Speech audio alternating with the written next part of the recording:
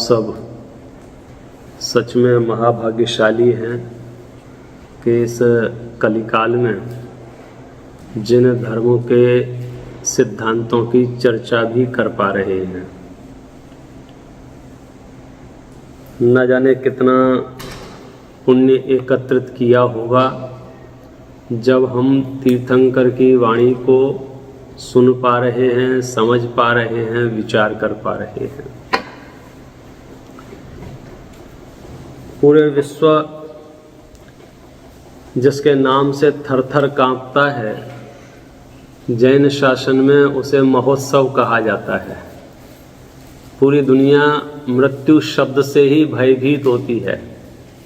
हमारे आचार्यों ने मृत्यु महोत्सव पर इतने बड़े बड़े ग्रंथ लिखे हैं।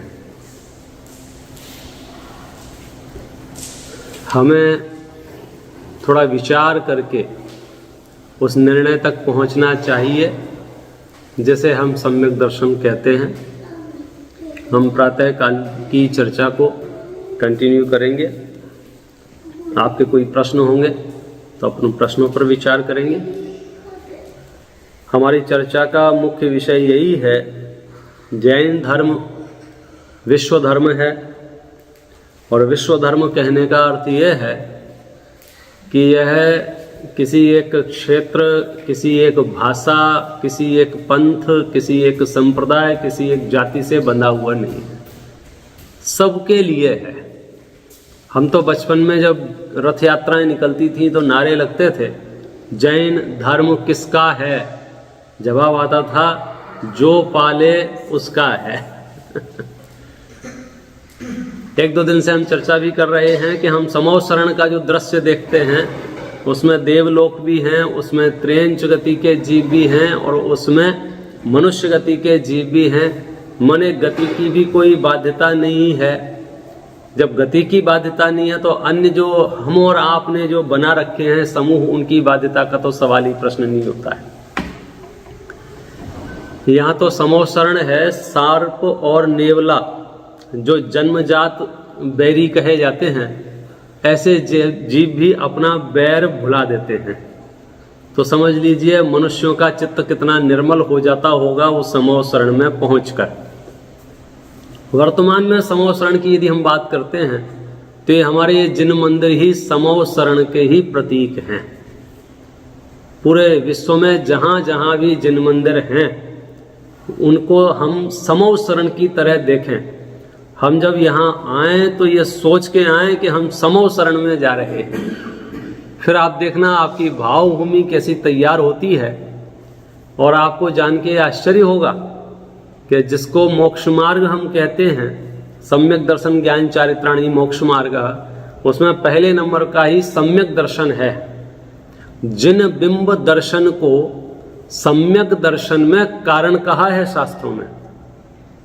जिनेंद्र भगवान की मुद्रा को देखने से सम्यक दर्शन हो जाता है। ऐसा क्या है इस मुद्रा में?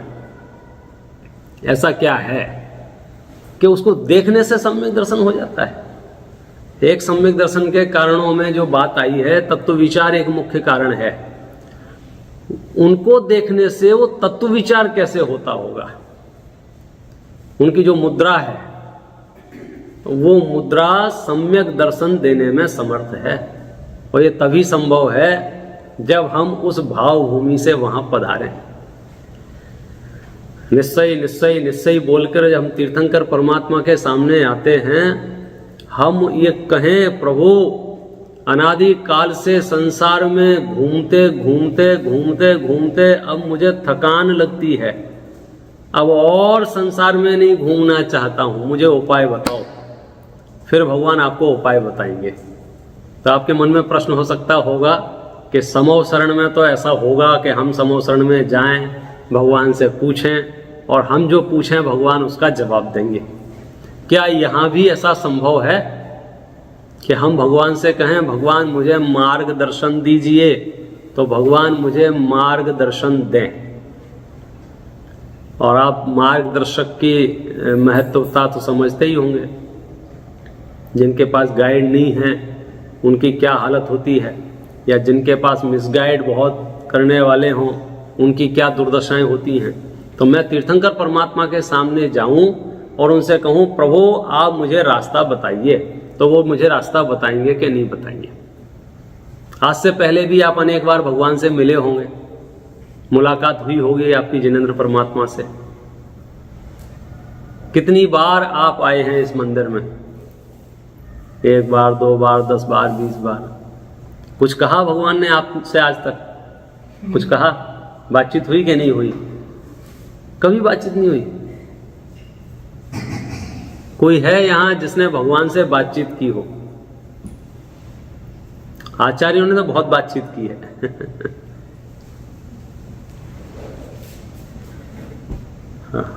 भगवान को देखते ही हमारे मन में एक प्रश्न यही उत्पन्न होता है, भगवान आप भगवान बन कैसे गए?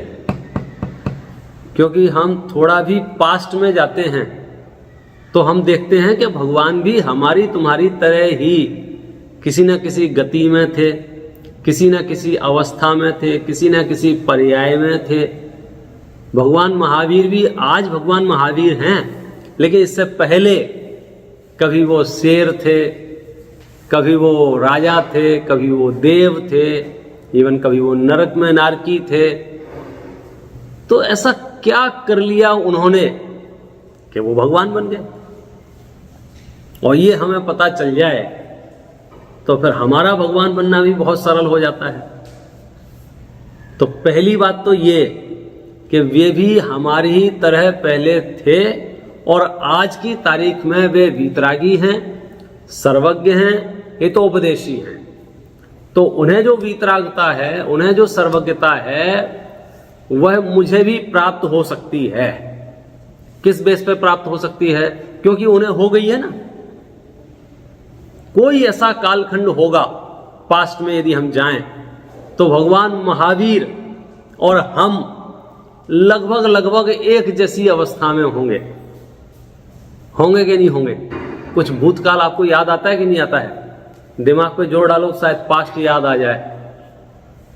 2500 साल पहले जब भगवान नहीं बने थे, उससे पहले चले जाओ, कहीं ना कहीं तो होंगे ही ना भगवान। किसी ना किसी गति में होंगे, किसी ना किसी पर्याय में होंगे। और वे भगवान बन गए और हम रह गए, तो कुछ ना कुछ तो उन्होंने ऐसा किया कि वे भगवान बन गए और हम रह गए। तो इतनी बात तो पक्की है कि जब मेरे साथ के लोक में हम क्या कहते हैं कि मेरे साथ वाले जब इतना कमा सकते हैं तो मैं क्यों नहीं कमा सकता? जब मेरे साथ वाले इतना बड़ा घर खरीद सकते हैं तो मैं क्यों नहीं खरीद सकता? मेरे साथ वाले ऐसा कर सकते हैं तो मैं क्यों नहीं कर सकता? ये कॉन्फिडेंस आता है ना अंदर से, जब मेरे साथ वाले। तो भगवान महावीर तो किसी काल में मेरे साथ वाले ही है ना। तो जब मेरे साथ वाले भगवान बन गए तो मैं भगवान क्यों नहीं बन सकता हूं? जैन दर्शन का मूलभूत सिद्धांत, मूलभूत आधार यही है कि यहां जो कुछ भी प्रयत्न किए जा रहे हैं वह भगवान बनने के लिए प्रयत्न किए जा रहे हैं। ये अलग बात है, हम और आप में से कुछ लोग कह सकते हैं भैया अभी तो हमारे वर्तमान के श्रावक बनने के ठिकाने नहीं हैं और आप भगवान बनने की बात करते हो। अभी तो हमारी दूसरी समस्याएं बहुत हैं। आप डायरेक्ट देखो भैया, मुझे नहीं पता है आपने जैन दर्शन को कितना पढ़ा, सुना, समझा है। मैंने जितना पढ़ा है, सारे आचार्य एक मत से एक ही बात कह रहे हैं। और हमारा सिरमौर ग्रंथ है एक तत्वार्थ सूत्र, नाम सुना होगा जरूर, तत्वार्थ सूत्र। उसका मंगलाचरण है जो शुरुआत में अपन ने पढ़ा भी था। क्या है उसका मंगलाचरण? मोक्ष मार्गस्य नेतारम भेतारम कर्म भूभृताम ज्ञातारम विश्व तत्वानाम वंदे तदगुण लब्धये। इसमें 4 चरण हैं, 4 पद हैं और 4 पदों में कितना भाव है जिसकी हम और आप कल्पना नहीं कर सकते हैं। इन्हीं 2 लाइनों के ऊपर आचार्य समंत भद्रदेव ने देवागम स्तोत्र लिखा है। देवागम स्तोत्र जो आज न्याय की कक्षाओं में पढ़ाया जाता है। इसी के आधार पर अकलंक देव ने अष्टसती नाम का ग्रंथ लिखा है। इसी के आधार पर विद्यानंदी आचार्य ने अष्टसहस्री ग्रंथ लिखा है। अष्टसहस्री माने 8000 श्लोक प्रमाण ग्रंथ लिखा है। आप समझ लीजिए इन 2 लाइनों में कितना माल होगा। पूरा जन शासन है, पूरा जन शासन। ये 4 चरण 4 अनुयोगों का प्रतिनिधित्व करते हैं। पहला चरण क्या है? मोक्ष मार्गस्य नेतारम, कि हम किसकी बात कर रहे हैं? जो मोक्ष मार्ग के नेता हैं। कौन है मोक्ष मार्ग के नेता? जिन्हें सम्यक दर्शन, जिन्हें सम्यक ज्ञान, जिन्हें सम्यक चारित्र की प्राप्ति हो गई है, जिन्हें रत्नत्रय की प्राप्ति हो गई है, वे मोक्ष मार्ग के नेता हैं। तो मोक्ष मार्ग के नेताओं की चर्चा, मोक्ष मार्ग में ये नेताओं की सब जानकारियां कहाँ मिलेंगी? तो बोले प्रथमान योग में मिलेंगी। पूरे प्रथमान योग में मोक्ष मार्ग के नेताओं की चर्चा है। मोक्ष मार्ग के नेता माने, नेता शब्द का अर्थ जो होता है संस्कृत में, वह ये होता है ले जाने वाला। ले जाने वाला कहाँ ले जाने वाला? कि जहां वो खुद जा रहा हो। मैं आपको कहाँ ले जा सकता हूं? जहां मैं जा रहा होऊंगा। लोक में भी आप लिफ्ट लेते हैं किसी से, तो वो आपको कहाँ ले जाएगा? जहां वो जा रहा होगा। यदि मार्ग एक होगा तो आपकी बात बन जाएगी, मार्ग भिन्न होगा तो बात नहीं बनेगी। तो यहां पहले ही टाइटल में लिखा हुआ है, नेता तो हैं ये, ले जाने वाले तो हैं, लेकिन नेता किस चीज के हैं? संसार मार्गस्य नेता नहीं है ये, मोक्ष मार्गस्य नेता हैं। ये मोक्ष मार्ग के नेता हैं, तो मोक्ष मार्ग के नेता कहां ले जाएंगे? मोक्ष मार्ग में ले जाएंगे। तो पहले चरण में संपूर्ण प्रथमान योग का प्रतिनिधित्व किया गया है। दूसरा चरण क्या है इसका? वेत्तारम कर्म भूभृताम, कि आप कर्म पर्वतों का भेदन करने वाले हैं। कर्म की व्याख्या, कर्म का वर्णन, कर्म की चर्चा, कर्म का बंध, उदय, सत्व, उदीर्णा, उत्कर्षण, अपकर्षण, निदत्ति, निकाचित, जितनी भी कर्म की अवस्थाएं हैं, इसका इन डिटेल वर्णन आपको करणान योग के ग्रंथों में भरपूर मिल जाएगा। ये दूसरा चरण आपके करणान योग का प्रतिनिधित्व करता है। तीसरा चरण क्या है? ज्ञातारम विश्व तत्वानाम, आप विश्व तत्वों के ज्ञाता हो। विश्व तत्व माने 6 द्रव्य 7 तत्व। ये किसका विषय है? ये द्रव्यान योग का विषय है। और चौथे चरण में क्या लिखा है? वंदे तद्गुण लब्धे, ये चरणान योग है। मतलब चारों अनुयोग इसमें समाहित हैं। और पूरे श्लोक का तात्पर्य क्या है? तात्पर्य क्या है कि हम जिनेंद्र परमात्मा की, तीर्थंकरों की, आप्त पुरुषों की स्तुति कर रहे हैं, वंदना कर रहे हैं और उनके गुणों की विशेषता बता रहे हैं। और उन गुणों की विशेषता के अंतर्गत उनकी ये विशेषताएं हैं। कौन कौन सी विशेषताएं? पहले नंबर की विशेषता क्या है कि हे भगवान, आप मोक्ष मार्ग के नेता हो। आप ही हो जो मोक्ष मार्ग में ले जा सकते हो, बाकी तो संसार मार्ग में ही ले जाएंगे। क्यों ले जाएंगे संसार मार्ग में? क्योंकि वे संसार में घूम रहे हैं। आप कहां पहुंच गए? मोक्ष में। तो आप मोक्ष मार्ग के नेता हैं, कर्म पर्वतों के भेदता हैं। यानी कर्म रूपी पर्वतों का आपने नाश कर दिया है, सर्व कर्मों का नाश कर दिया है, इसलिए आप कर्म पर्वतों के भेदता कहे जाते हैं। विश्व तत्वों के ज्ञाता हैं आप, संपूर्ण लोकालोक के जानकार हैं, सर्वज्ञ हैं आप। 3 चरणों में हमने भगवान की स्तुति की, भगवान की प्रशंसा की, भगवान के गुणों का स्मरण किया। चौथे चरण में हमने अपनी बात कही। मानो भगवान ने बीच में पूछ लिया हो, क्या बात है, आज इतनी तारीफ क्यों की जा रही है? वैसे तो आप यहाँ कम आते हो, आते भी हो तो पता नहीं चलता है, इधर उधर की बातें करके चले जाते हो। कभी कहते हो मेरा पेट दर्द ठीक हो जाए, कभी कहते हो आंखें सही हो जाए, कभी कहते हो हॉस्पिटल में ताऊ जी भर्ती हैं उनकी तबीयत ठीक हो जाए, कभी कहते हो दुकान अच्छी चल जाए, कभी कहते हो मकान बढ़िया बन जाए, कभी कहते हो बच्चों की शादियां हो जाए, कभी कहते हो बच्चे हो जाए, बच्चों में भी बच्चा नहीं बच्ची हो जाए, जो जो भी डिमांड है। आज तुमने पहली बार ये श्लोक पढ़ा है, जब ये कहा कि प्रभु आप मोक्ष मार्ग के नेता हो, प्रभु आप कर्म रूपी पर्वतों के भेदता हो, प्रभु आप संपूर्ण विश्व के तत्वों के ज्ञाता हो। मानो भगवान ने बीच में पूछ लिया हो क्या बात है, इतनी प्रशंसा क्यों की जा रही है? तो भक्त ने क्या जवाब दिया मालूम है? वंदे तदगुण लब्धे, मैं नमस्कार कर रहा हूं आपके उन गुणों की प्राप्ति के लिए। यदि आप जैन दर्शन, जैन धर्म के इर्द गिर्द कुछ भी सोचना चाहते हैं तो यहां से सोचना शुरू करना होगा।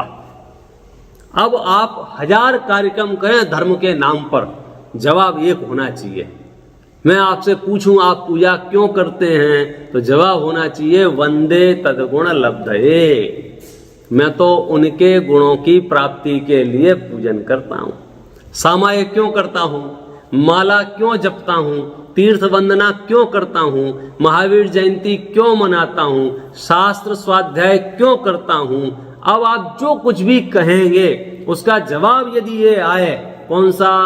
वंदे तदगुण लब्धये, आपके उन गुणों की प्राप्ति के लिए, तो समझना ये जिन शासन के अंदर वाला मामला है। और यदि जवाब कुछ और आ जाए, दुकान चलाने, मकान चलाने, व्यापार करने और कुछ आ जाए, समझ लेना अभी इसकी दिल्ली थोड़ी दूर है, अभी ये तीर्थंकर परमात्मा के स्वरूप से परिचित नहीं हुआ है। यहां तो भजन भी लिखते हैं ना, तो नीचे अलग से 2 लाइनें लिखते हैं साथ में, और उन 2 लाइनों में अपनी भावना बता देते हैं। भगवान गलत मत समझ लेना मुझे, मैं आपकी जो स्तुति वंदना कर रहा हूं इसका कारण ये नहीं है, ऐसा लिखते हैं। प्रभु पतित पावन स्तुति सबने पढ़ी होगी, सुनी होगी। सबसे अंतिम पंक्तियां क्या हैं उसकी? जाचू नहीं सुरवास पुनि नर राज परिजन साथ जी, बुध जाचहू तब भक्ति भव दीजिए शिव। डिस्क्लेमर कि मैंने इतनी देर से आपकी स्तुति की है, आप गलत मत समझना। लोक में भी जब हम किसी से बातचीत करते हैं तो उनसे कहते हैं ना, मैं इसलिए नहीं आया हूं आपके पास। ऐसे ही भगवान के पास आया, भगवान की सेवा, भगवान के पूजन, भगवान का अभिषेक, भगवान का प्रक्षाल, भगवान की स्तुति की, और सबसे लास्ट में ये कह दिया भगवान से, भगवान जाचू नहीं सुरवास, मैं सुरवास नहीं चाहता हूं, स्वर्ग नहीं चाहता हूं, नरराज मनुष्यों में राजा नहीं बनना चाहता हूं, परिजन पुरजन नहीं चाहता हूं। तो क्यों क्यों क्या चाहिए तुम्हें? बस जब तक मोक्ष नहीं हो रहा है तब तक आपका सानिध्य बना रहे। ये दृष्टिकोण यदि हमारे पास होगा तो हमें भगवान की भक्ति का फल भी मिलेगा, और हमारा प्रशस्त परिणाम भी इस स्तर का होगा कि बाह्य के अनुकूलताएं जिसे जगत कहता है वह भी इतनी इस स्तर की होंगी जिसकी हम कल्पना नहीं कर सकते हैं। जितने भी बड़े बड़े पुण्यशाली पद कहे जाते हैं वो सम्यक दृष्टियों को ही होते हैं। क्यों? क्योंकि सम्यक दृष्टि जैसे पुण्य भाव कर सकता है दूसरा कोई कर ही नहीं सकता है, और पुण्य भाव करने से पुण्य भाव नहीं होता है। धर्म के लक्ष्य से जब आज मोक्ष मार्ग में जीव आगे बढ़ता है उस काल में उसके प्रशस्त भाव होता है।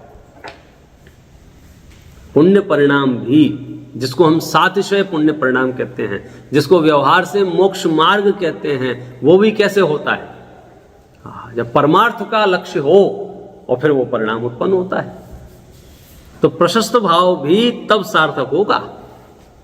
यदि हम अभी भी भगवान 3 लोक के नाथ मिलने के बावजूद भी हम उनसे मोक्ष से नीचे कुछ चाहते हैं, माने कहीं ना कहीं मामला गड़बड़ हो रहा है।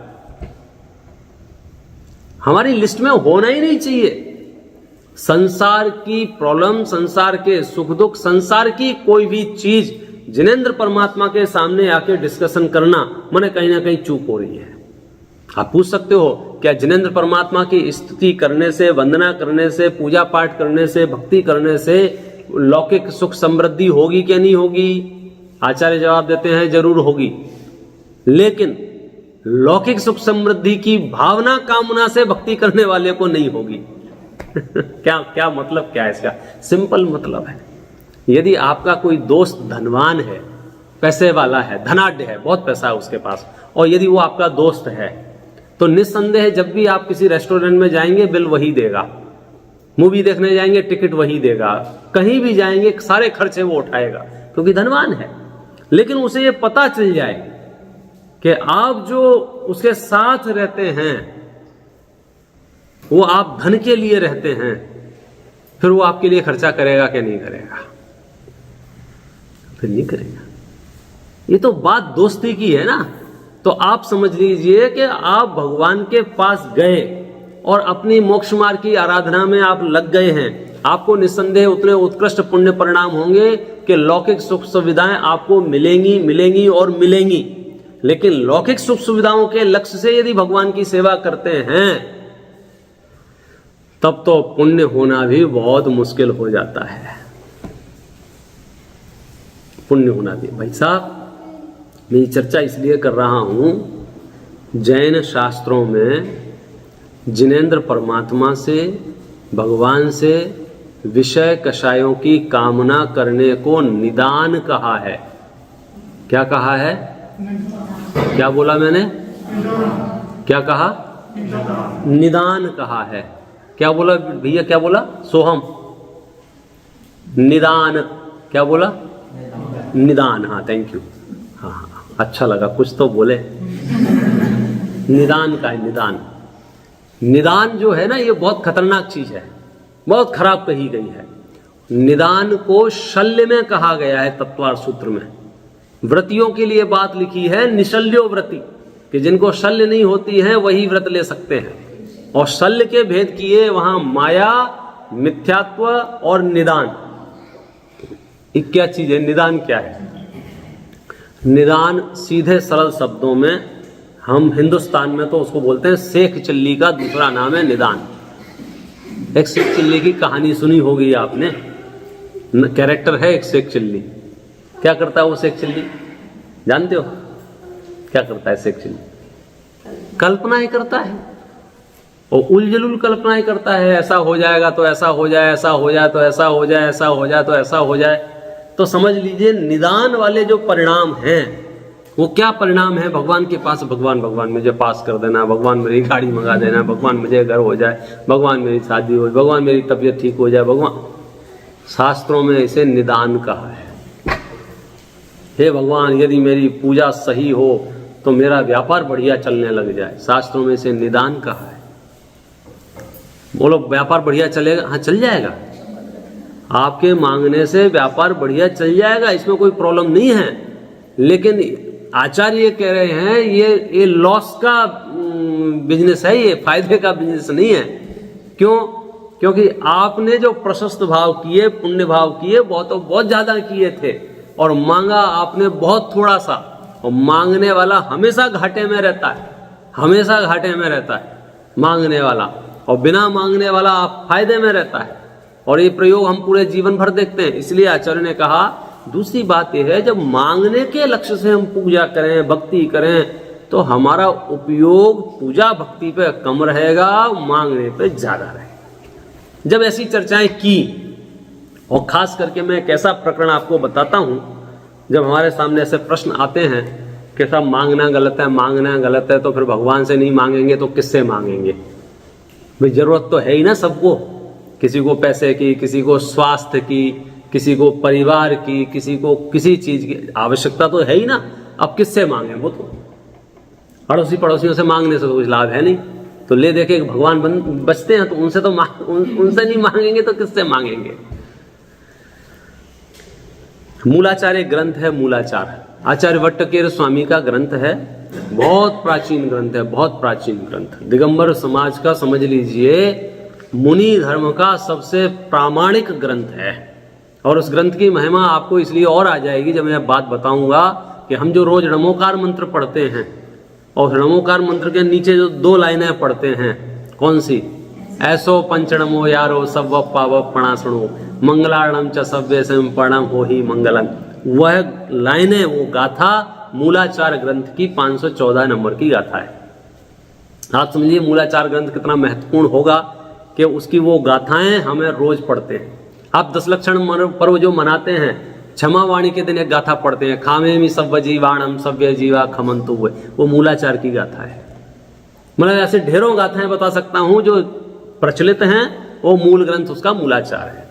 उस मूलाचार में ये प्रश्न उत्पन्न किया है, क्या प्रश्न उत्पन्न किया है कि भगवान से यदि कुछ मांगना निदान है तो फिर आचार्यों ने ऐसा क्यों मांगा, हे प्रभु मुझे बोधि लाभ हो, हे प्रभु मुझे समाधि लाभ हो, हे प्रभु मुझे आरोग्य लाभ हो, ऐसा प्रश्न वहां दिया है। निदान की चर्चा चल रही थी, निदान का निषेध चल रहा था, निदान नहीं करना चाहिए क्योंकि निदान करने वालों की वृत्ति जो है ना, वो शब्द अच्छे नहीं है, उनकी हालत भिखारियों जैसी हो जाती है। निदान करने वाले की हालत कैसी हो जाती है? भिखारियों जैसी। भिखारी समझते हो ना, और खास करके अब इंडिया में आओ तो आपको ज़्यादा फील होगा। वो मुद्राएं अलग टाइप की बनाएंगे, वो शक्लें सूरत अलग बनाएंगे और आपसे इस भाषा में रिक्वेस्ट करेंगे, ऐसे गिड़गिड़ाएंगे, और कदाचित आप नहीं दोगे तो हो सकता है फिर वो गालियां भी देने लग जाएंगे। कंजूस आदमी 2 पैसे नहीं देता है, और आप यदि उसे कम दोगे तो हो सकता है वापस फेंक देवे। ये बिहेव आपने, क्योंकि भिखारी जो आपकी प्रशंसा कर रहा है या आपको आशीर्वाद दे रहा है, उसका टारगेट प्रशंसा और आशीर्वाद नहीं है, उसका टारगेट कुछ और है। तो निदान करने वालों की हालत वैसी हो जाती है, वे पूजा करें। आपने कहानी सुनी होगी मुनिराजों के संदर्भ में पंचाश्चर्य की, कि जब मुनिराजों का आहार दान होता है तो उसके बाद पंचाश्चर्य हुए, तो पड़ोसी ने देखे, अरे भाई साहब गजब हो गया, उनके घर में तो रत्न बरसे, उनके घर में ऐसा हुआ, उनके घर में ऐसा हुआ, उससे तो रहा नहीं गया, क्या किया क्या किया, ऐसा क्या किया तुमने, ऐसा क्या किया तुमने, बताओ हमें बताओ। तो उसने कहा हमने कुछ नहीं किया, हमने तो मुनिराज को आहार दिया था, हम भी देंगे हम भी देंगे हम भी देंगे, क्योंकि तो वो बात आपको पता ही है सबको। तो आहार दिया, तो क्या किया आहार में, अब इधर आहार देता जा, ऊपर देखता जा, गरम गरम आहार, मुनिराज के हाथ और जला दिए, अंतराय हो गया। बोलो पुण्य बंधा के पाप बंधा। तो काम तो अच्छा था आहार दान कराना, लेकिन बंधा पाप। तो ऐसे ही पूजा करना, अभिषेक करना, विधान करना, सब अच्छे काम हैं, लेकिन आप भिखारियों की तरह करोगे तो आप फायदे में नहीं रहोगे।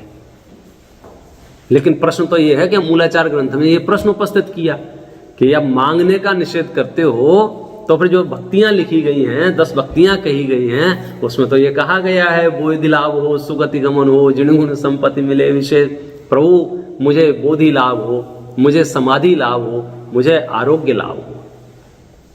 तो वहां आचार्यों ने खुलासा किया कि हम विषय कषायों के मांगने का निषेध कर रहे हैं।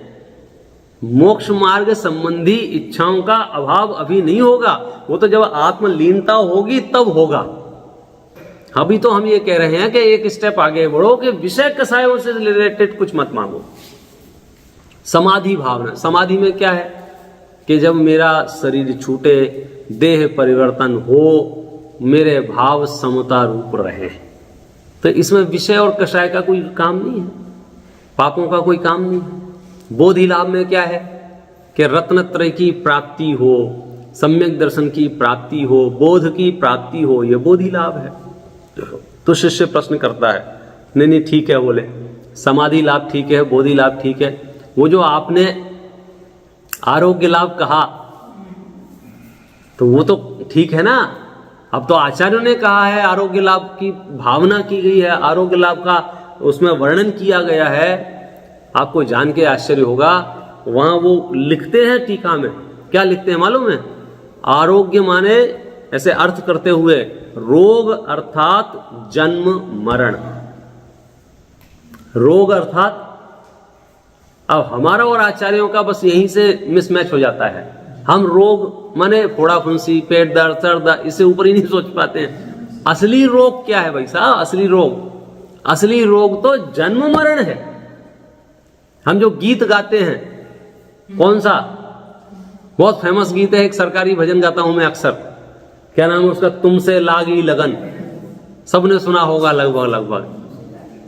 सुना है? कोई है जिसने नहीं सुना हो? बच्चों का पता नहीं है। सोहम, तुमसे लागी लगन भजन सुना है?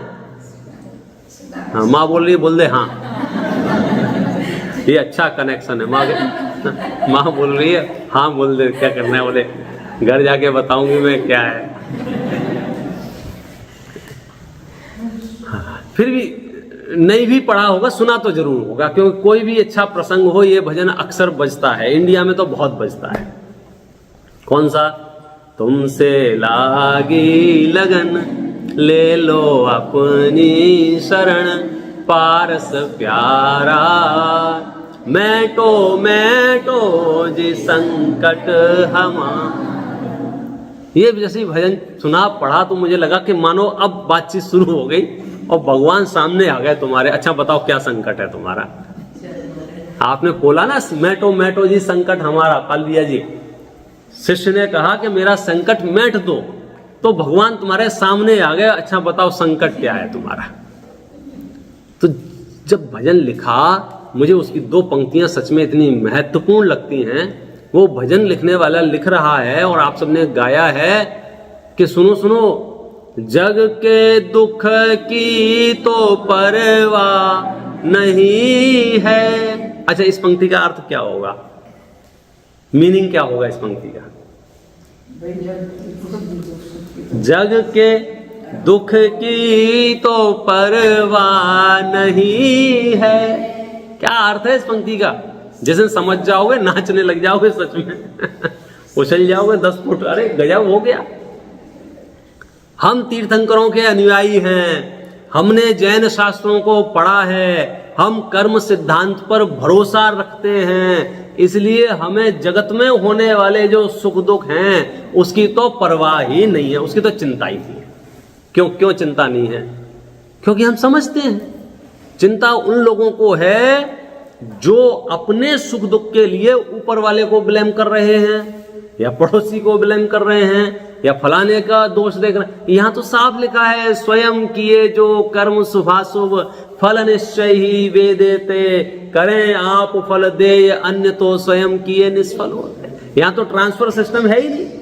यहां तो आपका पुण्य पाप आपके पास, आपका आपके पास, आपका आपके पास, आपके पास। आप बताओ, कर्म सिद्धांत की जिसने थोड़ी भी जानकारी होगी वो दूसरों पे आरोप प्रत्यारोप नहीं लगा सकता है। हम और आपकी जिसकी भी जितनी भी जैसी भी परिस्थितियां वर्तमान में हैं, उसका एक अगर आधार देखा जाए तो क्या आधार है? ये कर्म आधार है। अब उसमें क्या क्यों कैसे सब खत्म हो जाएगा आपका। अब आपकी प्रॉब्लम खत्म हो जाएगी। आपका शरीर ऐसा क्यों है, आप लंबे क्यों हैं, आप ठिगने क्यों हैं, आप गोरे क्यों हैं, आप काले क्यों हैं, इन सब के क्या जवाब है? भाई जिसने जैसे जैसे भाव करके जैसे कर्म बांधे थे वैसा उदय है। जब अपना कमाया हुआ है, अपना करा धरा है, तो फिर आप किस पे नाराज होंगे? भाई दूसरे ने कुछ किया हो तो नाराज होना बनता है। जब दूसरे का कोई हस्तक्षेप ही नहीं है तो फिर मैं कैसे नाराज हो सकता हूं? मेरे साथ जो कुछ भी हो रहा है वर्तमान में परिस्थिति जन्य, वो तो कर्माधीन है। ये भान, ये श्रद्धान जिसको है उसका नाम जैनी है। फिर वो ये भजन गा सकता है, कौन सा? जग के दुख की तो परवाह नहीं है। पहले इतना ही कंफर्म कर लो इतना लॉक करें तो फिर आगे बढ़ें।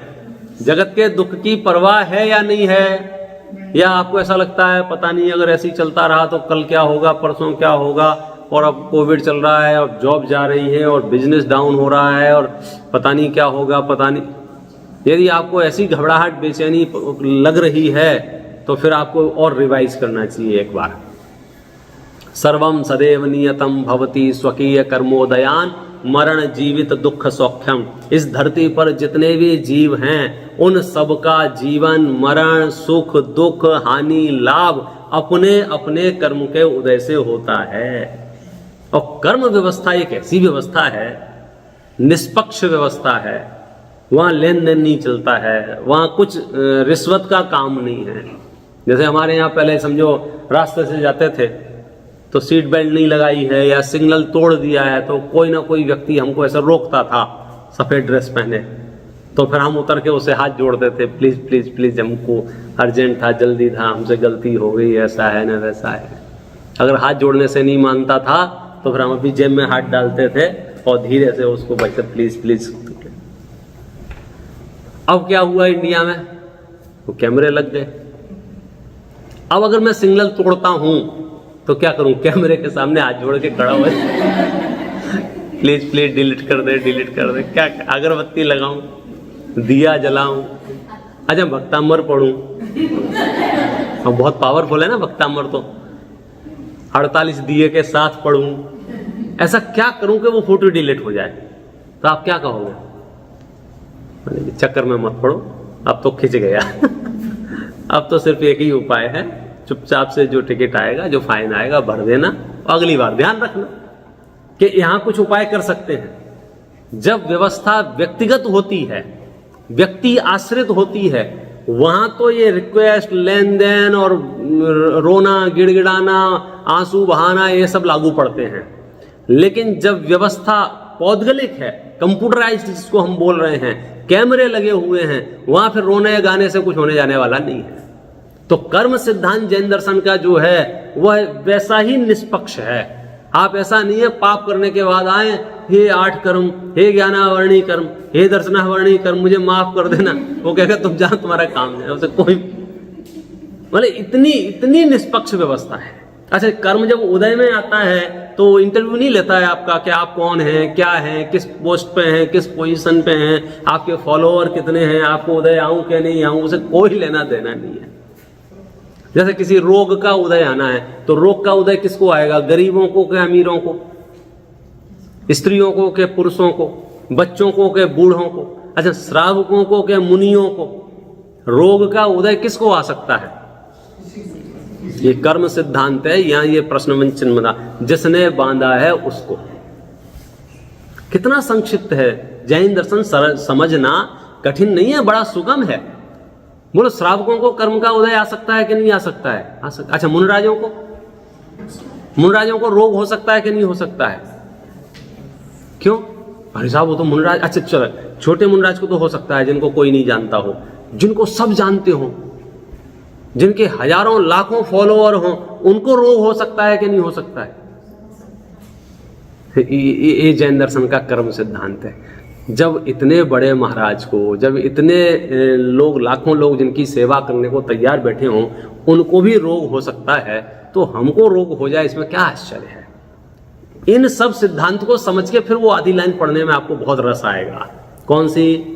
जग के दुख की तो परवाह। अब क्या चिंता करें, जब चक्रवर्तियों को, अर्ध चक्रवर्तियों को, नारायण को, बलभद्र को, प्रति नारायण को, इन सब की हालतें खराब हैं। कहने को वो 169 महापुरुष हैं, 63 साल का महापुरुष हैं, और 14 साल घर से बाहर रहना पड़ता है। उसी भाव से मोक्ष जाने वाले रामचंद्र जी घर से निकाल दिया।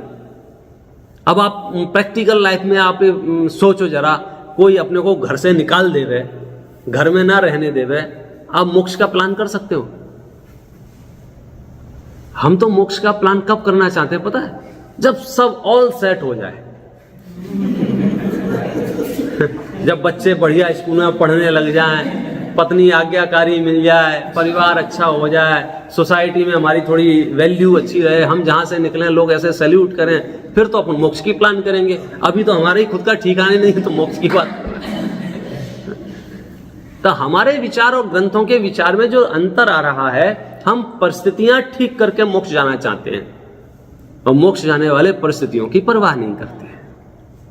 हम सोच रहे हैं थोड़ा पैसा और हो जाए फिर धर्म करेंगे, हम सोच रहे हैं थोड़े और व्यवस्थित हो जाए, थोड़ा और ठीक ठाक हो जाए, अभी तो क्या है, अभी तो क्या है, अभी तो क्या है। और यहां कह रहे हैं कि जब जिस हालत में हो, आपसे इसका मतलब पुण्य पाप के उदय से अपने आप को आंकना बंद कर दो, बस आप मोक्ष मार्गी शुरू हो जाएगा आपका। सेल्फ एनालिसिस जो हम करते हैं, खुद का जो मूल्यांकन करते हैं, वो पुण्य और पाप के उदय से करते हैं। यदि पुण्य का उदय ठीक होगा, समझो 2-4 चमनियां घर में बढ़ गई होंगी, एक आध गाड़ी बढ़िया आ गई होगी, घर बढ़िया बन गया होगा, तो हम अपने आप को नवाब समझ रहे होंगे। और इनमें से 2-4 चीजें कम हो गई होंगी या नहीं हो पा रही होंगी, तो स्ट्रेस फील कर रहे होंगे, अरे यार सबके पास है और मेरे पास नहीं है, सबके पास है मेरे पास नहीं है। आचार्य कह रहे हैं मोक्ष में जाना है, हाँ, तो ये पुण्य पाप से मूल्यांकन बंद कर दे, क्योंकि वो तो तेरे खजाने में जो है, वो जिस दिन नंबर आएगा उस दिन प्रकट हो जाएगा। भरत चक्रवर्ती भी चक्रवर्ती बने थे तो कैसे बने थे चक्रवर्ती? हकीमचंद जी, आइडिया है भरत चक्रवर्ती कैसे बने? उनके पापा ने किस इंस्टीट्यूट में भर्ती कराया उनको? यूएस पढ़ाया कि इंडिया पढ़ाया? कौन सा कॉलेज उन्होंने चूज, किस यूनिवर्सिटी में उनको एडमिशन दिलाया कि वो चक्रवर्ती बन जाए? या कौन सा सेमिनार अटेंड किया था जहां लिखा था हाउ टू बिकम चक्रवर्ती? किस मोटिवेशनल स्पीकर को सुनने जाते थे वो? चक्रवर्ती बनना है, रोज सुबह उठ के बोलते होंगे I am Chakraborty, I am चक्रवर्ती। ये तुमने देखे होंगे मोटिवेशन लोगों को, you can do it, I can do, ऐसे करते होंगे तब चक्रवर्ती बने होंगे। जस्ट आइडिया के लिए पूछ रहा हूं, मुझे पता नहीं।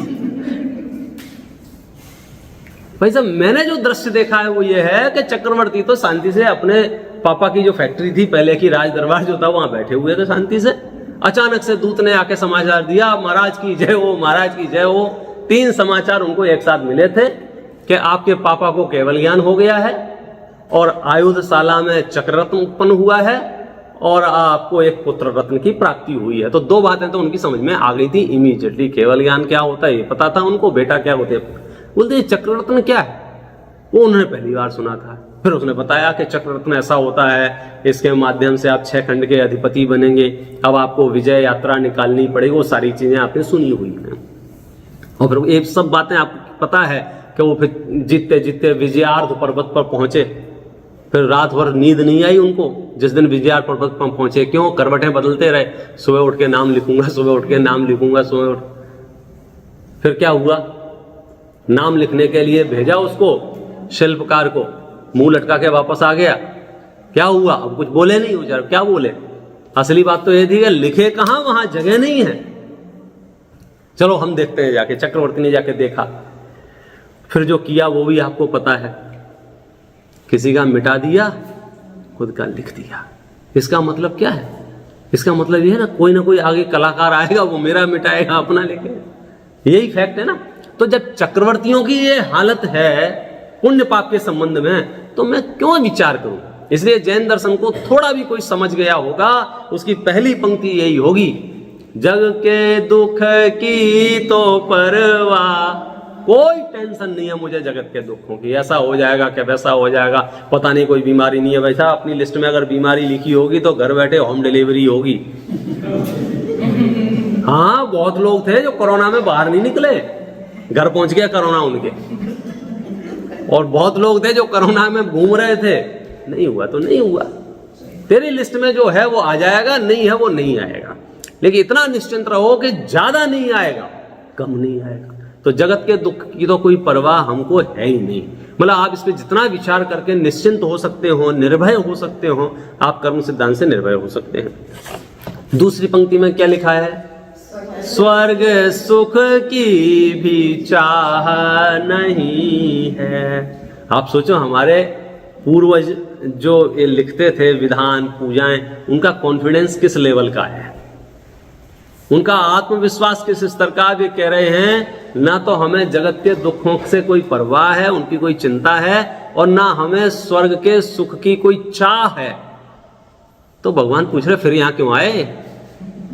तब जाके उन्होंने बताया, मैं तो जामन मरण होवे ऐसा यतन पारस प्यारा, मैं तो जी संकट। हमारी असली समस्या तो ये थी कि हम बार बार संसार में जन्म मरण कर रहे हैं, जन्म मरण कर रहे हैं, जन्म मरण कर रहे हैं। और जन्म मरण यदि रुक जाए तो समझ लीजिए हम सर्व दुखों से मुक्त हो सकते हैं। इसलिए वहां पर जो बात कही थी ना, समाधि लाभ हो, बोधि लाभ हो, आरोग्य लाभ हो, तो रोग का अर्थ वहां लिखा है जन्म मरण। अब हम जो है सब इधर उधर करके हमको बस मोक्ष तो छोड़ो, ज्यादा से ज्यादा स्वर्ग मांग लेते हैं। अब स्वर्ग भी मांगने वाले बहुत कम होंगे। इसी जन्म में यही सब ठीक ठाक चलता रहे, बस इस जुगाड़ में है। और शास्त्र ये कह रहे हैं बाहर में रत्ती भर भी ठीक ना चल रहा हो, तुम कर्मों का नाश करके भगवान बन सकते हो। बोलो रामचंद्र जी का क्या ठीक चल रहा था, बताओ क्या ठीक चल रहा था? वो बचपन तो सबके बीत जाते हैं खेलते खाते, जैसे ही थोड़े मैच्योर हुए कि चलो अब सेटल हो गए हैं, उस दिन से ही प्रॉब्लम शुरू हो गई ना। उसके बावजूद भी उनका मोक्ष कोई नहीं रोक सका। 5 पांडवों से तो आप परिचित हैं, मुंह छिपा के रहना पड़ रहा है ना उन्हें राज्य में। मतलब आप सोच सकते हो कैसा पाप का उदय, कैसा पाप का उदय कि वे नॉर्मल रूटीन में अपनी जिंदगी नहीं जी पा रहे। अर्जुन स्त्री का वेश बना के नगर में रहते हैं, कहीं दिख ना जाए। आप सोचो, ऐसा जीव भी मोक्ष में जाने की ताकत रखता है, उसमें भी वो पावर है कि मोक्ष में कैसे जा सकता है। हमारा सारा दिमाग परिस्थितियां ठीक करने में लग रहा है, और आचार्य कहते हैं परिस्थितियों को परिस्थितियों के भरोसे छोड़ दो। तुमने जैसा बांधा होगा वैसी आ जाएंगी, अच्छा बांधा होगा अच्छी आ जाएंगी, खराब बांधा होगा खराब आ जाएंगी। तुम उसमें बिल्कुल चिंता मत करो अच्छी आएंगी कि खराब आएंगी। तुम तो ये सोचो कि मैं सर्व कर्मों का नाश करके मोक्ष में कैसे जा सकता हूं। तो उसका क्या उपाय है?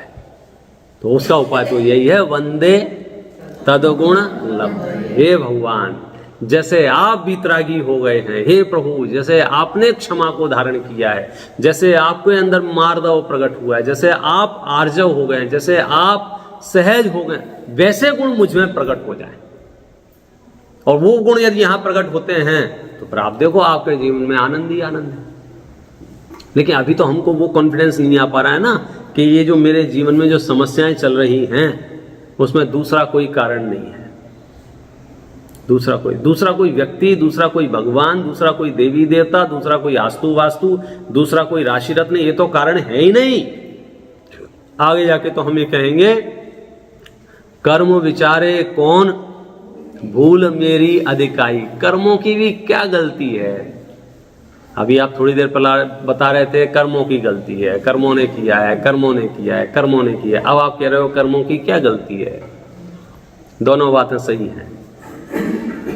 पहले आप इधर उधर भाग रहे थे तो सब जगह से रोकने के लिए आपको यहां लाए, और अब यहां आने के बाद बता रहे हैं कर्मों की सच में क्या गलती है। पता है क्या उदाहरण दिया है शास्त्रों में? एक यहां पत्थर रखा हुआ है और पत्थर को उठा करके मैं अपना सर फोड़ लूं ऐसे और खून निकल के आ जाए, मेरे सर में किसने दी है बताइए आप? ये मेरा सर किसने फोड़ा है? किसने फोड़ा है? पत्थर ने फोड़ा है ना? पत्थर ने नहीं फोड़ा है। नहीं, उदाहरण समझ में फिर से देता हूं। यहां एक पत्थर रखा है, नहीं अगली बार बता देना। यहां एक पत्थर रखा है, मैंने पत्थर को उठाया, अपने सर पे ऐसे दिया और वहां खून निकल आया। गौरव भाई, अब खून निकला गया है। अब मैं पूछ रहा हूं, ये जो मेरा सर फूटा है ये किसने फोड़ा है? मेरा सर किसने फोड़ा है? कि पत्थर ने? पत्थर ने नहीं फोड़ा है। पत्थर के ऊपर खून लगा हुआ है मेरा, आप टेस्ट करा लो। तो पत्थर ने सर फोड़ा है कि नहीं फोड़ा है?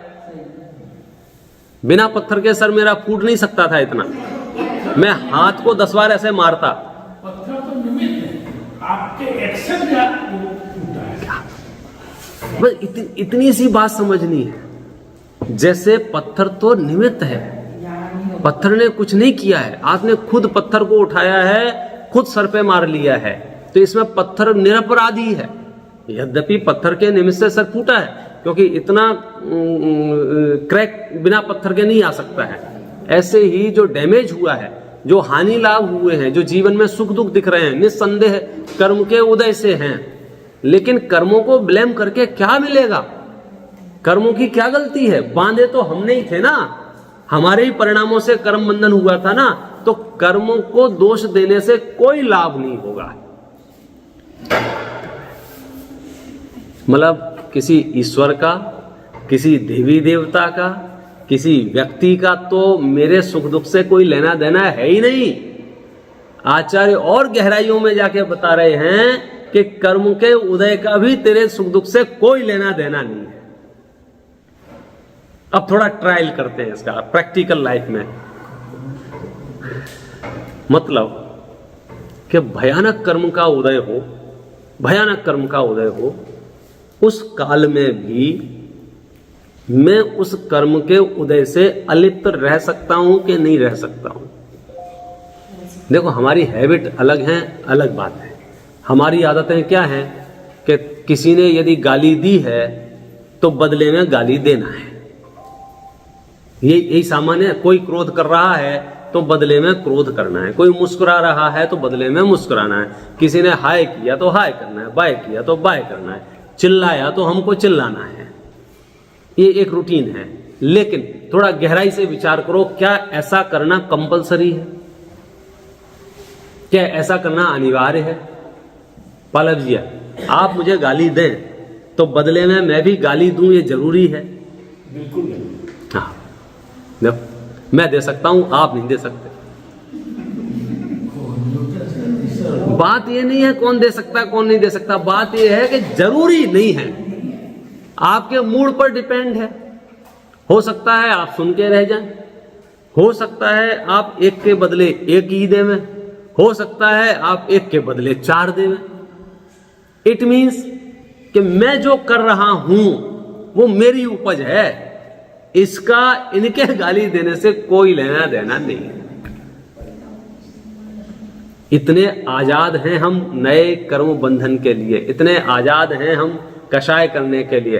अक्सर हमारा दिमाग ये कहता है मैं इसलिए गुस्सा कर रहा हूं क्योंकि ये प्रतिकूल प्रवर्तन कर रहे हैं, मैं इसलिए क्रोध कर रहा हूं क्योंकि लोग मेरे हिसाब से नहीं चल रहे हैं, मैं इसलिए क्रोध कर रहा हूं लोग उल्टा काम कर रहे हैं। हम यहां ये बता रहे हैं पूरा विश्व भी तुमसे सहमति ना रखे, तुम्हारे विरुद्ध आचरण करे, फिर भी आपकी चॉइस है आपको क्रोध करना है कि नहीं करना है। वो थॉट प्रोसेस ऐसा होना चाहिए। मैं एक सच्ची घटना बताता हूं आपको शास्त्रों की, आपको याद आ जाएगा और आपको महसूस होगा। एक बार की बात है, राजा श्रेणिक का आपने नाम सुना होगा। किस किसने सुना है राजा श्रेणिक का? अरहम नाम सुना है राजा श्रेणिक का? मम्मी से पूछना कौन कहेगी, क्योंकि सारे काम मैं बताऊंगा फिर मम्मी क्या बताएंगी, और मम्मी नहीं बताए तो पापा से पूछना, और पापा नहीं बताए तो पापा के पापा से पूछना, और पापा के पापा नहीं बताए तो मेरे को बताना, मैं उनके पापा का नाम बताऊंगा, उनसे पूछना, और वो तुम्हें जरूर जवाब देंगे। प्रश्न क्या था? वो जो राजा श्रेणिक था ना,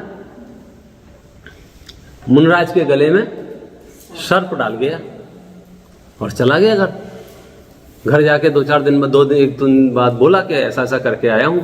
तो रानी चिल्ला ने जब सुना बोले ये तो बहुत अनर्थ हो गया, ऐसा कैसे कर दिया आपने? दौड़ दौड़ के गए वापस, देखा तो राजा श्रेणिक को अपराध बोध हुआ, महसूस हुआ कि मुझसे गलती हुई है और ये तो मुनराज अपने स्थान से हिले भी नहीं है। उपसर्ग दूर हुआ, उपसर्ग दूर होने के बाद ये विनम्र भाव से हाथ जोड़ के सामने बैठ गए। जब ये हाथ जोड़ के सामने बैठे, उपयोग बाहर आया तो यशोधर मुनराज ने दोनों को आशीर्वाद दिया और आशीर्वाद में बोला धर्म वृद्धि रस्तु, धर्म की वृद्धि हो, ऐसा आशीर्वाद दिया। जैसे ये आशीर्वाद दिया तो एक शिष्य यशोधर मुनराज का वहां बैठा हुआ था। वो तो महाराज क्या कर रहे हो ऐसा गड़बड़ मत करो। महाराज ने पूछा क्या हुआ गौरव जी, क्या हुआ? बोले महाराज इस साइड जो बैठा है ना, ये लेफ्ट साइड, ये दुष्ट है, पापी है, इसने आपको परेशान किया है, इसने उपसर्ग किया है, और ये जो राइट साइड बैठी हैं ये धर्मात्मा है, इन्होंने आपका उपसर्ग निवारण किया है, ये आपके भक्त हैं, आप इनको आशीर्वाद दो धर्म वृद्धि रस्तु, और इनको बोलो गो टू हेल। ये आइडियाज है लोगों के पास। तो यशोधर मुनराज ने कहा कि नहीं, बोले कि मैं तो आंख बंद करके ध्यान कर रहा था, मुझे कुछ नहीं पता है किसने क्या किया है, मुझे तो ये पता है मेरा उपयोग खुला, दोनों हाथ जोड़ के बैठे हुए, तब जो हाथ जोड़ के बैठा है उसे मैं आशीर्वाद दूंगा। शिष्य बहुत होशियार था, मालूम है आपको। बोलता है महाराज जब ये उपसर्ग कर रहा था राजा श्रेणिक, मैंने वीडियो बना लिया था, ये मेरी अपनी कहानी है, वर्जन जो है। तो महाराज ने बोला क्या नहीं, बोले क्या है? तो मोबाइल से दिखाया, बोले देखो महाराज ये राजा श्रेणिक आ रहा है, सर्प को उठाया, गले में डाला और ऐसे चला गया। अब तो मानोगे बाप। राजा श्रेणिक की ये पूरा दृश्य देखने के बाद यशोधर मुनिराज कहते हैं इसमें इसका कोई दोष नहीं है। क्या बात कर रहे हैं महाराज, सामने दिख रहा है। हाँ, इसमें कोई दोष नहीं है।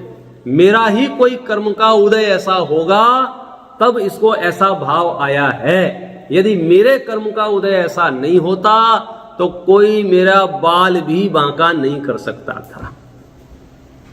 तो अब ये जो थॉट प्रोसेस है वो क्या कह रहा है, यशोधर मुनिराज क्या कह रहे हैं कि राजा श्रेणिक की कोई गलती नहीं है। मैं आपसे पूछता हूं राजा श्रेणिक की गलती है या नहीं है? हमारे तुम्हारे जैसे लोग अगर वहां होते तो क्या करते? फटाफट से वो वीडियो पहले तो व्हाट्सएप पे भेजते, फेसबुक पे अपलोड करते हैं, इंस्टाग्राम पे अपलोड करते हैं, यूट्यूब पे डालते हो, नीचे लिखते हैं दुष्ट राजा श्रेणिक को जल्दी से जल्दी फांसी दी जाए, मारा जाए, पीटा जाए, कूटा जाए। किस धारा में बहने लग गए हैं हम लोग, हम नहीं समझ पा रहे हैं। ये मार्ग जो था विकार को नष्ट करने का मार्ग था। जिसमें विकार उत्पन्न हो रहा था उसको नष्ट नहीं करना था। हम समझ ही नहीं पाए, हमने दोनों को एक कर दिया, विकार को और जिसमें विकार उत्पन्न हुआ है ऐसे विकारी को। दो अलग अलग हैं। विकार बुरा है, आश्रव है, पाप रूप है, छोड़ने लायक है, लेकिन जिसमें वो उत्पन्न हुआ है उसका कोई अपराध नहीं है, उसे सजा क्यों दी जा रही है? उत्पन्न तो आत्मा में हुआ है ना। मैं आपसे बहुत इजीली पूछता हूं, शरीर में बुखार आ जाए तो हम डॉक्टर के पास क्यों जाते हैं? शरीर को नष्ट करने के लिए या बुखार को नष्ट करने के लिए? क्यों? अरे शरीर तो हमारे काम की चीज है, उससे तो हम तीर्थ वंदना करेंगे, माला जपेंगे, ध्यान करेंगे। तो हम डॉक्टर से क्या कहते हैं, ऐसा कुछ उपाय करो जिससे बुखार चला जाए, शरीर बना रहे। ये सोच के देखना हमारा जो चिंतन है जैन दर्शन के अनुकूल है या नहीं है। हम जब भी किसी में विकार देखते हैं, किसी में क्रोध देखते हैं, किसी में मान देखते हैं, किसी में मायाचारी देखते हैं, किसी में लोभ देखते हैं, तो हमारा थॉट प्रोसेस ऐसा होना चाहिए कि इसके अंदर से लोभ चला जाए, व्यक्ति बना रहे, क्रोध चला जाए, व्यक्ति बना रहे। हम क्या कर रहे हैं, एक एक व्यक्ति को उठा के फेंक रहे हैं, भगो यहां से, भगो यहां से, भगो यहां। तुमने गुस्सा किया, अब कल से तुम मत आना, तुमने क्रोध किया, तुम। फिर यहां बचेगा कौन भाई साहब? ये जिसमें क्रोध उत्पन्न हुआ है वो तो मेरा साधर्मी है। दुश्मनी तो क्रोध से थी और हमने दुश्मनी, क्रोध तो एक तरफ गया, दुश्मनी उससे कर ली जिसमें क्रोध उत्पन्न हुआ है। मैं नहीं समझ पा रहा हूं मैं कितना समझा पा रहा हूं, लेकिन दो अलग अलग चीजें हैं, विकार और जिसमें विकार उत्पन्न हुआ है। हमें जो युद्ध छेड़ना है विकारों के विरुद्ध छेड़ना है। जिसमें विकार उत्पन्न हुआ है उसके विरुद्ध नहीं, वो तो हमारा अपना है। घर परिवार को सुरक्षित रखने के लिए ये चिंतन प्रक्रिया आपको जरूरी है। समाज को संगठित रखने के लिए चिंतन प्रक्रिया जरूरी है। आचार्यों ने इसी तरह से घोर मिथ्या दृष्टि राजा श्रेणिक को सम्यक दृष्टि कर दिया। किस आधार पर? निर्दोष है। हमारी ताकत है राजा श्रेणिक को निर्दोष देखने की। अच्छा, मैं आपसे पूछ रहा हूं, ये कहानी को एक तरफ रख दो, राजा श्रेणिक निर्दोष है कि नहीं है?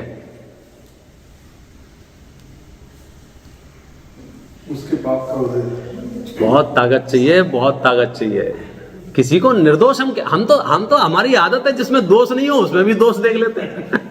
ये तो साफ दिख रहा है साहब। जो निर्दोष हो, जो धर्मात्मा हो, जो मोक्ष मार्ग में लगे हो, जो जिनवाणी पढ़ा रहे हो, हम उनमें दोष ढूंढ लेते हैं।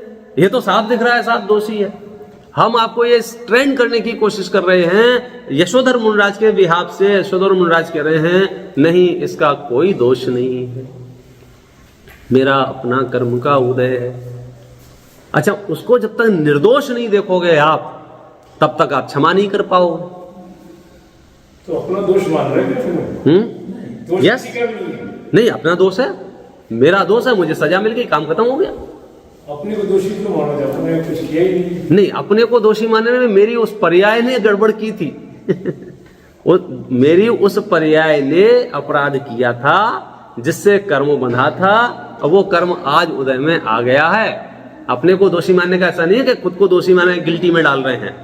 वो एक पिक्चर है वो एक पार्ट है। आपने एक दिन मेरे से 1000 रुपए उधार लिए थे, आज आपने वापस ले लिए, तो इसमें कोई दोषी और निर्दोषी वाली बात ही नहीं है, ये सिर्फ लेन देन था। उस पर्याय ने अपराध किया था, इस पर्याय ने उसकी सजा भुगत ली। आत्मा तो त्रिकाल निर्दोष है, स्वयं का भी और दूसरों का भी। थोड़ी गहराई में जाके देखें तो सच में कहीं कुछ समस्या है नहीं। हमने अपनी मनोकल्पनाओं से समस्याओं का अंबार लगा दिया है, अंबार लगा दिया है। कहीं कोई समस्या नहीं है। पूरे विश्व में एक भी जीव दोषी नहीं है, अपराधी नहीं है। कम से कम खुद के लिए तो ये सोच लो, आज तक मेरा किसी जीव ने इतना सा भी बुरा नहीं किया है, इतना सा भी बुरा कोई कर नहीं सकता है। अब प्रॉब्लम वही है, सब वीडियो बना के बैठे हुए हैं। ये साफ दिख रहा है मेरे पैसे चुरा ले गया, ये साफ दिख रहा है मेरी जमीन दबा ली, ये साफ दिख रहा है हमारे घर में इतना ज्वेलरी थी, आधी से ज्यादा उसी ने रख ली, मुझे पहुंचने नहीं दी। बस आपने वीडियो बना के रखे हैं, वो चैट जो है उसके स्क्रीनशॉट लेके रखे हैं। और आचार्य कह रहे हैं स्वयं किए जो कर्म शुभाशुभ फल निश्चय ही दे देते। मेरे स्वयं का ही, मेरे स्वयं का। आप यहां से शुरू करो ना।